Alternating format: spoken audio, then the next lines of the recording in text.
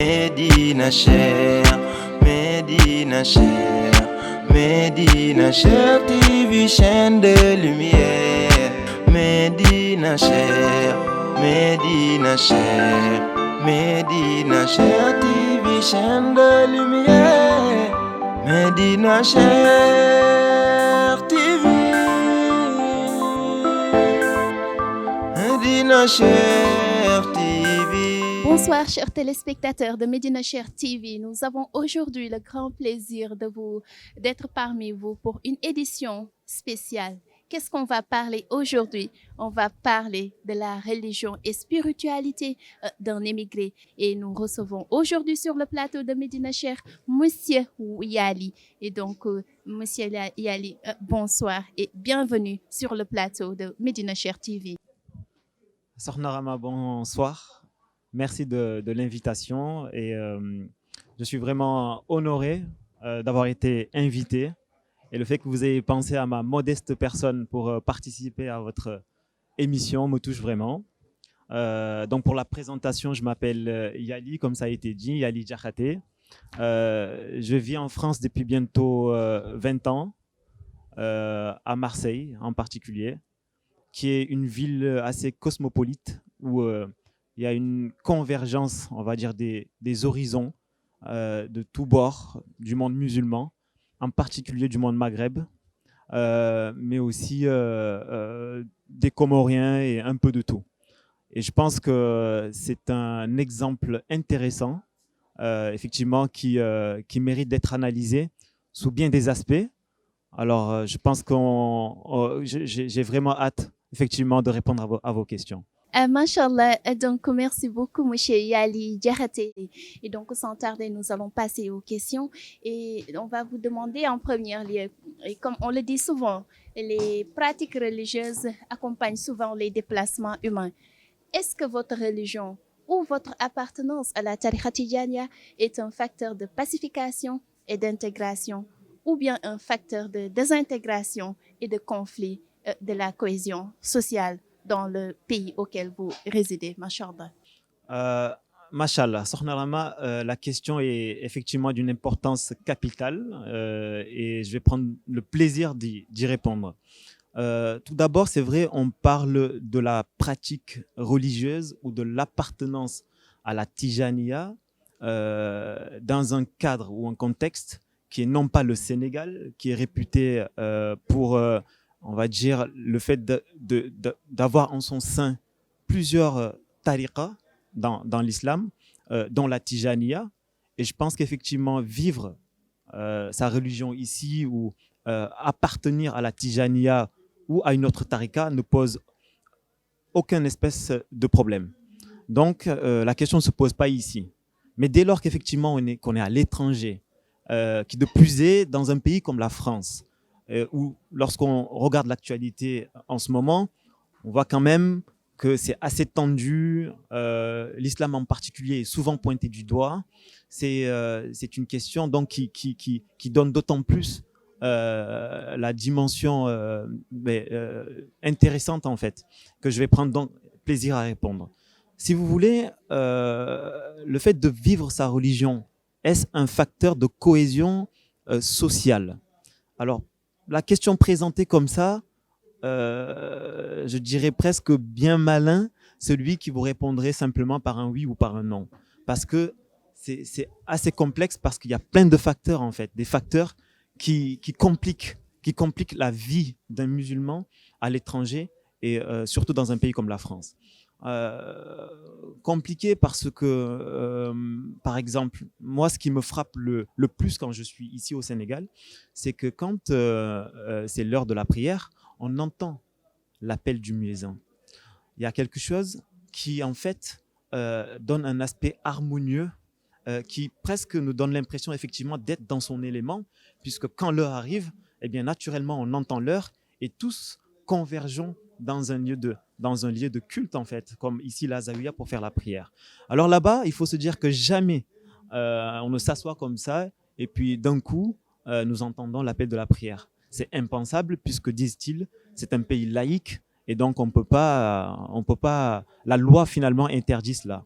Et déjà, ça veut dire que ça demande un effort pour le musulman qui décide de vivre sa religion ou sa spiritualité là-bas, un effort plus important que s'il était dans son pays d'origine, parce qu'il faut penser aux heures de prière, etc., etc. Ça demande une plus grande organisation. Alors, la question, c'est comment est-ce que cette personne qui s'inscrit dans ce cadre puisse être tout de même en harmonie avec le milieu dans lequel il vit. Moi, je trouve que c'est très difficile. C'est vraiment très difficile parce que c'est, moi, là où je suis, une ville dont le rythme n'a rien à voir avec le rythme auquel j'ai été habitué avant d'y aller. C'est un rythme plutôt axé sur, par exemple, je dis n'importe quoi, les week-ends, mais il est presque culturel quand surtout on a des connexions avec la localité, des amis ou quoi, ou moi, le monde que je côtoie, on a plutôt tendance à avoir des activités en dehors de la maison, des activités, bon, souvent soit c'est du divertissement, ou si on va avoir un peu des choses conviviales, bon, ben, on va discuter, on va boire un café, et quand l'heure de la prière arrive, ben là, la question est difficile parce que du coup, comment on fait? Est-ce qu'on va étaler son tapis comme ça au dehors au risque d'être interpellé parce que c'est interdit par la loi? Donc, c'est vrai qu'il y a des choses comme ça, en fait, de la vie quotidienne qui rendent le côté, pour celui qui veut vraiment appliquer à la lettre le premier entendement qu'on a de l'islam, à savoir que quand l'heure arrive, il faut faire la prière. Si on regarde la cohésion par rapport à sa vie spirituelle, sur ce côté et sur cet unique aspect-là, je trouve que ce n'est pas forcément facteur de cohésion. Mais par contre, si on y amène de la philosophie qui, du coup, permet à l'individu de s'adapter, d'adopter l'histoire du pays d'accueil, d'en comprendre leur culture et d'essayer un peu de matcher et de composer avec ses obligations religieuses, ben là, c'est à soi, en fait, il revient à soi de créer ces conditions-là dans un cadre organisationnel pour que cette cohésion, en fait, puisse exister. Voilà, je trouve qu'en fait, c'est plus la vie religieuse doit être d'autant plus vécue sur un plan philosophique par rapport à l'histoire même du pays dans lequel on est, qui va aider en fait l'individu à avoir une cohésion sociale. Sans ça, non. Alors maintenant, puisque la question m'est adressée directement, eh bien, je m'inscris finalement dans ce cadre où j'essaie de tout faire pour ne pas être en défaut des lois qui sont les leurs. C'est-à-dire que quand arrive la prière et que je ne suis pas proche d'un lieu de culte où c'est permis, eh bien, simplement, je le reporte et attends d'arriver chez moi pour le faire. Alors qu'ici, pas forcément, on peut étaler son tapis presque en demandant au boutiquier du coin si on peut bien les faire et ça pose aucun problème. Ce que bien évidemment là-bas, eh bien, je me refuse de faire simplement pour être dans le cadre de leur culture. Voilà, c'est un peu l'entendement que j'en ai. Je ne sais pas si ça répond complètement, mais c'est la contribution que je voulais apporter à votre question. Ah, Mashallah, monsieur Yali Diakhaté, là, c'est quand même très clair. Merci beaucoup, vraiment. Mais dites-moi, dans votre pays de résidence, en raison notamment de la présence croissante des immigrés, comme vous venez d'ailleurs de l'expliquer, on note une diversification du comportement religieux des migrants. Pouvez-vous nous dire la relation que vous entretenez avec les personnes de religions différentes, Mashallah? Merci pour la question. Alors, la relation que j'entreprends avec les immigrés ayant des religions différentes, je dirais que ça s'inscrit en fait finalement dans deux cadres majeurs. Le premier cadre, c'est qu'à Marseille, j'ai la chance de côtoyer des gens, on va dire, qui sont non seulement musulmans, mais qui sont également adeptes de la tariqa tijaniya. Alors du coup, ce côté-là, c'est facilité. Même si on n'a pas forcément le même wasila, mais les rapports sont sains, puisqu'on en a tous quand même une vision assez commune dans le fait que, eh bien, on aspire au même zikr, finalement, quelle que soit la maison.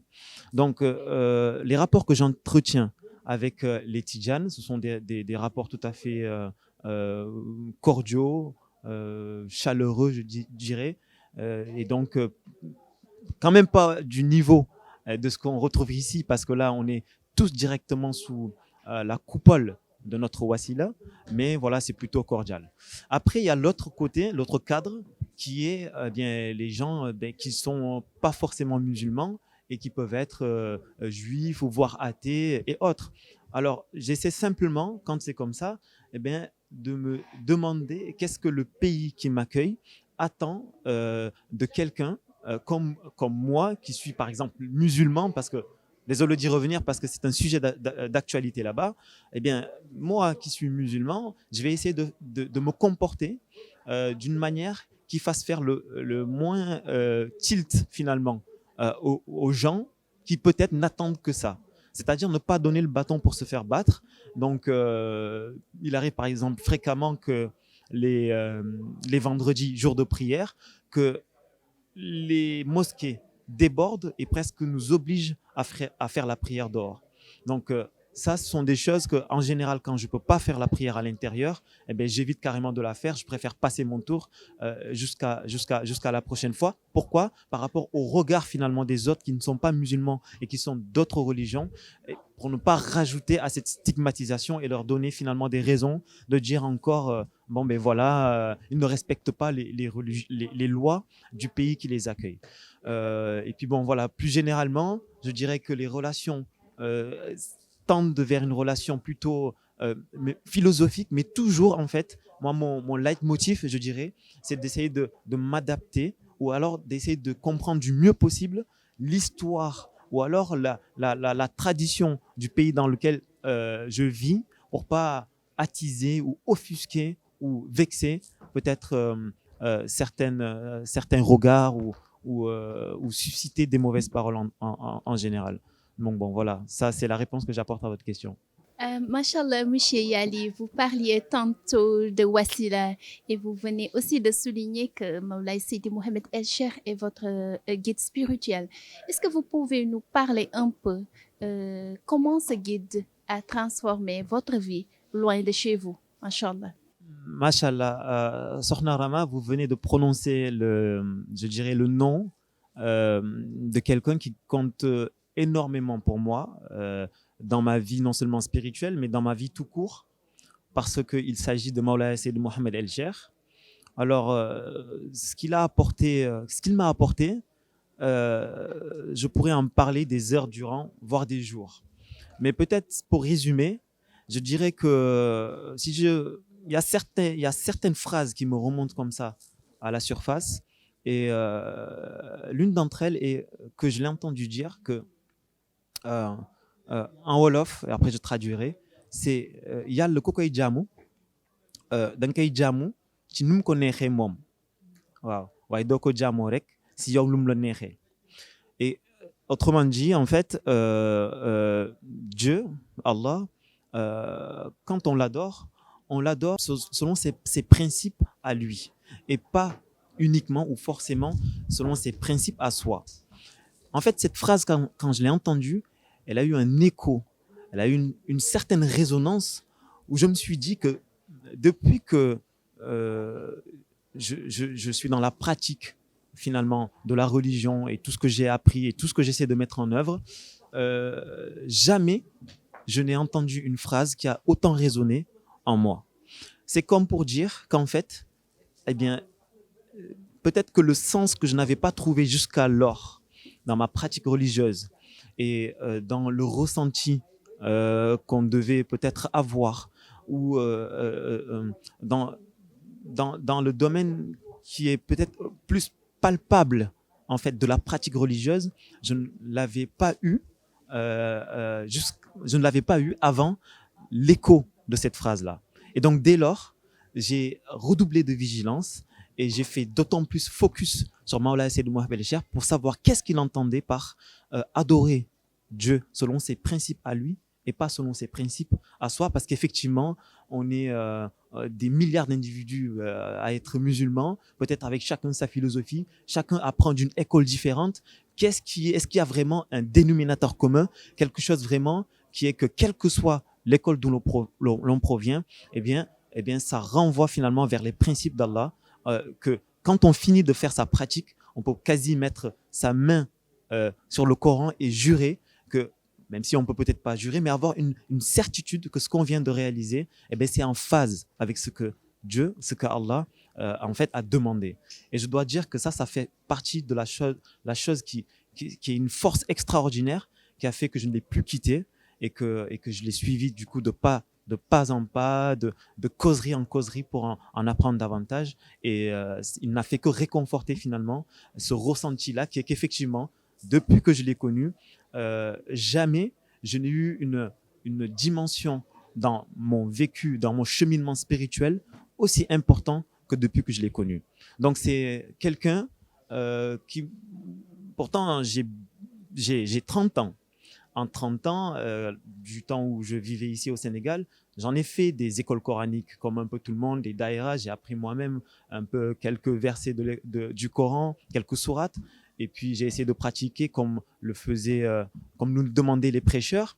Et pourtant, je n'arrivais pas à m'expliquer pourquoi, quand bien même j'ai tout ça en tête, pourquoi dans ma pratique religieuse, je n'avais pas, quand j'avais fini, un ressenti qui me faisait vraiment ressentir que j'avais fait quelque chose dont j'avais quasi la certitude que c'était fait comme il se devait et que j'étais en phase avec mon créateur.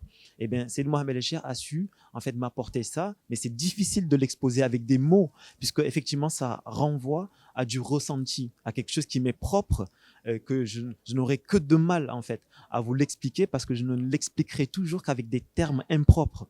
Ouais, parce que la véritable en fait relation qui me lie à Seyd Mohamed El Cheikh, c'est quelque chose qui est dans un cadre où il n'y a pas de mots, où il n'y a pas de paroles, où en fait il n'y a que l'émotion finalement, où il n'y a que le ressenti.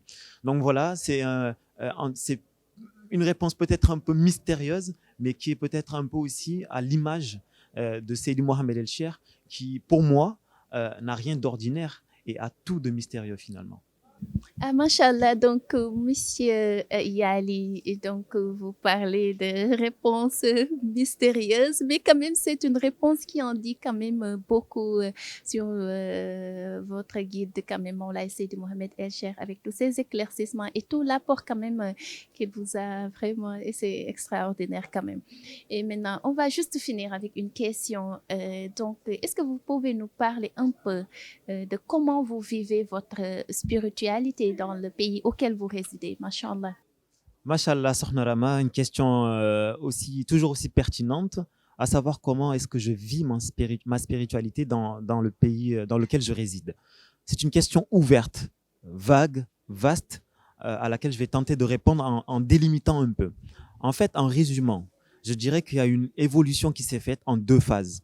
La première phase, qui est celle où je vivais ma spiritualité avant de connaître Moulay Seydi Mohamed El Cheikh, où c'était un vécu un peu, j'ose pas dire à l'improviste, mais pas loin, où bon, c'était beaucoup par tâtonnement, voilà, sans grande certitude. On essaie un peu de chercher à droite et à gauche.